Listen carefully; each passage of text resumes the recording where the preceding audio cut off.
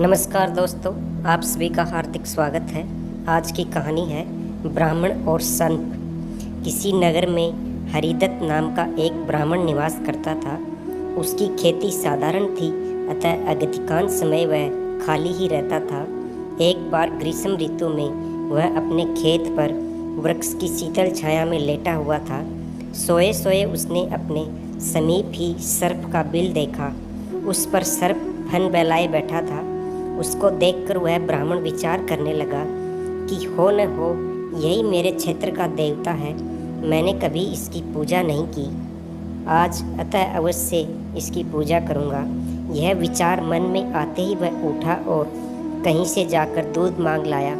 उसने एक मिट्टी के बर्तन में रखा और बिल के समीप जाकर बोला, हे क्षेत्रपाल, आज तक मुझे आपके विषय में मालूम नहीं था, इसलिए मैं किसी प्रकार की पूजा अर्चना नहीं कर पाया।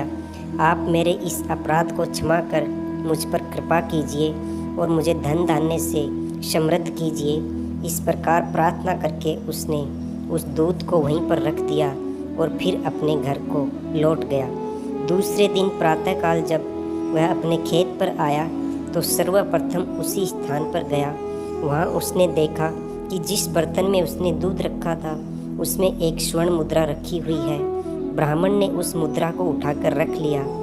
उस दिन भी उसने उसी प्रकार सर्प की पूजा की और उसके लिए दूध रखकर चला गया। अगले दिन प्रातःकाल उसको फिर एक स्वर्ण मुद्रा मिली। इस प्रकार अब नित्य वह पूजा करता और अगले दिन उसको एक स्वर्ण मुद्रा मिल जाया करती थी। कुछ दिनों बाद उसको किसी कार्य से अन्य गांव में जाना पड़ा। उसने अपने पुत्र को उस स्थान पर दूध रखने का निर्देश दिया। तदनुसार उस दिन उसका पुत्र गया और वहाँ दूध रख के आ गया। दूसरे दिन जब वह पुनः दूध रखने के लिए गया तो देखा वहाँ स्वर्ण मुद्रा रखी हुई है। उसने उस मुद्रा को उठा लिया और मन ही मन सोचने लगा कि निश्चित ही इस बिल के अंदर स्वर्ण मुद्राओं का भंडार है।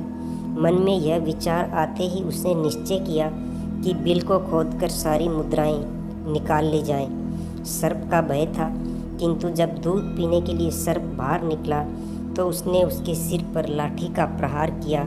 इससे सर्प तो नहीं मरा और इस प्रकार से क्रुद्ध होकर उसने ब्राह्मण पुत्र को अपने विष भरे दांतों से काटा और उस पुत्र की तत्काल मृत्यु हो गई। उसके संबंधियों ने उस लड़के को वहीं उसी खेत पर जला दिया। कहा भी जाता है, लालच का फल कभी मीठा नहीं होता है। दोस्तों, कहानी से शिक्षा मिलती है, लालच बुरी बला है। दोस्तों, आज का वीडियो यहीं समाप्त होता है। अगर कहानी अच्छी लगी तो वीडियो को लाइक करें, शेयर करें और हमारे चैनल दैनिक संस्कार को सब्सक्राइब करें। मिलते हैं अगले वीडियो में नई कहानी के साथ। धन्यवाद।